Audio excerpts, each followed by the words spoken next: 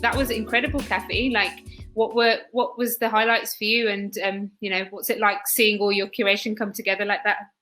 I just feel super humbled whenever I we try to put on events, and obviously pre the world we're in now, we try to do things in person as much as possible. But as I said at the beginning, I must admit you've inspired me to see what's possible with doing online festivals as well, where I was always worried that somehow you can't replicate those connections that people make. But in fact, even seeing how those 8 speakers, only a couple of whom had ever met or spoken to each other before, have now connected through doing this, the other work in your festival that they've connected with, the possibilities. I mean, I just hope that this kind of thing lands in the way it's intended, that for me, every single one of the people we've just heard from has something to offer to anybody who wants to take it. Do you know what I mean?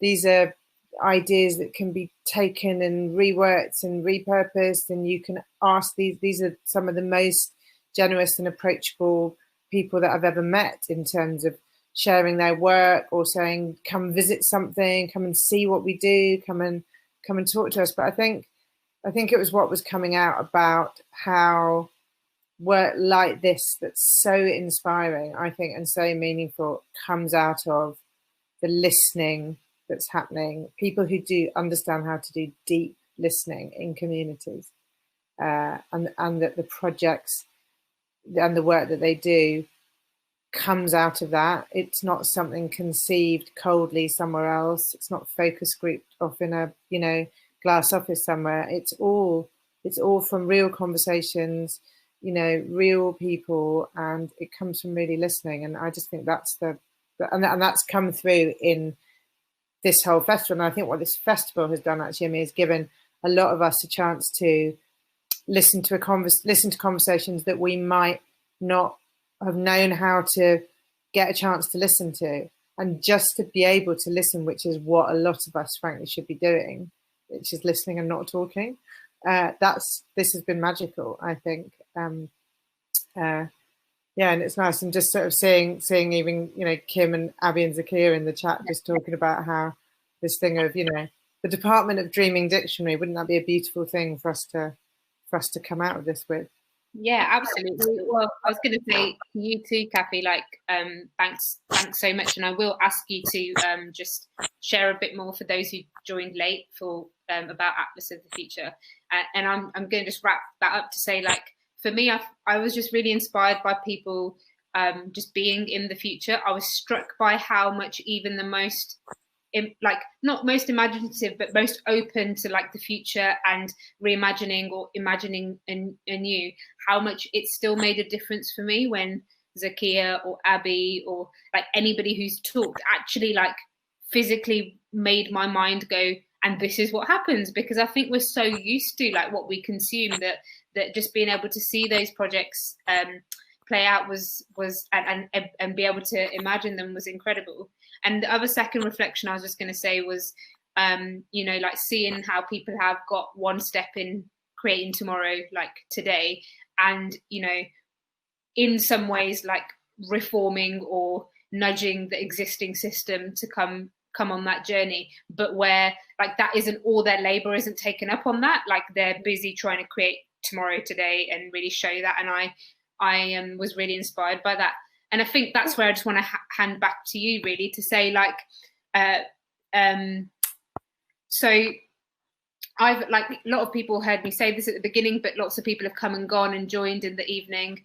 But I was going to say that in the afternoon, sorry, I was going to say that the Atlas of the Future for me is just like, it's the start of that visual archive, dictionary, library of projects, right, as well. So and we're going to be doing like a dream archive live thing, not at all like to this quality that you guys are doing, but like focused on what's coming out of here and how we build them up. So just tell us again, so as we finish, like, what's on Atlas of the Future? What does it seek to do? What can people find when they get to you, or what sort of things can they experience, and why do you think that's so important? And then if you just hand back to me, I'm going to tell people about later on as well. Sure. But go back to the aspiration that we have is to be this online resource of hope. I think We used to talk quite a lot. It's nearly 5 years since we started this labour of love. We used to talk quite a lot about what people mean by optimism, and optimism started to feel like, so much is about language, like a complicated or word for many, many reasons. And actually hope and possibility became the sort of two guiding forces for it. And what we were interested in is this idea that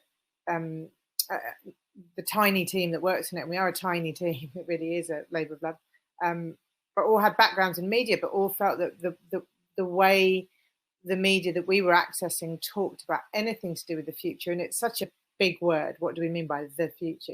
Futures, we should always be taught it's multiple futures, right? But there was always this, it was either overly tech fetishistic, it was either super elitist, it was very dominated by fear. Yes, there's good things happening over here, but my God, protect your family from the shit that's coming down the line, excuse my language. But, and we just thought that doesn't reflect what we, even in our tiny world, what we understood to be going on, which is the sheer number of people who dedicate their energy, their life, their talent and their creativity to trying to make the world a better place. And it sounds so naive. Every time I say it out loud, I just think, that's not a profound theory of change, right? But it's something that we really, really believe in, that, well, what happens if you can show, if what you make your mission is to shine a light on that work and to help people tell their stories and their voices, through a platform. The other thing that, in an overly platformed world, nonetheless, one of the things I like about the idea of a platform is that it's level, right?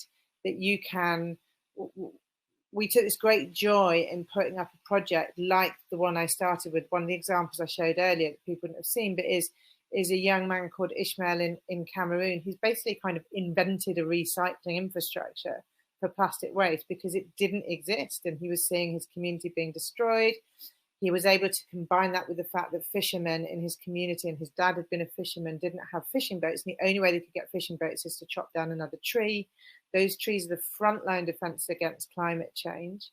And for him, he thought those things through, and he built these incredibly designed eco boats out of unrecycled plastic waste.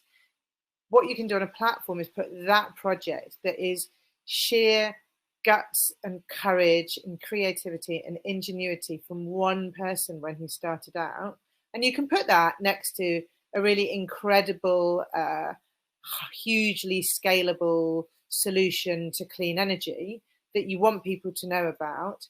But our thing was, first of all, also was always put the people first.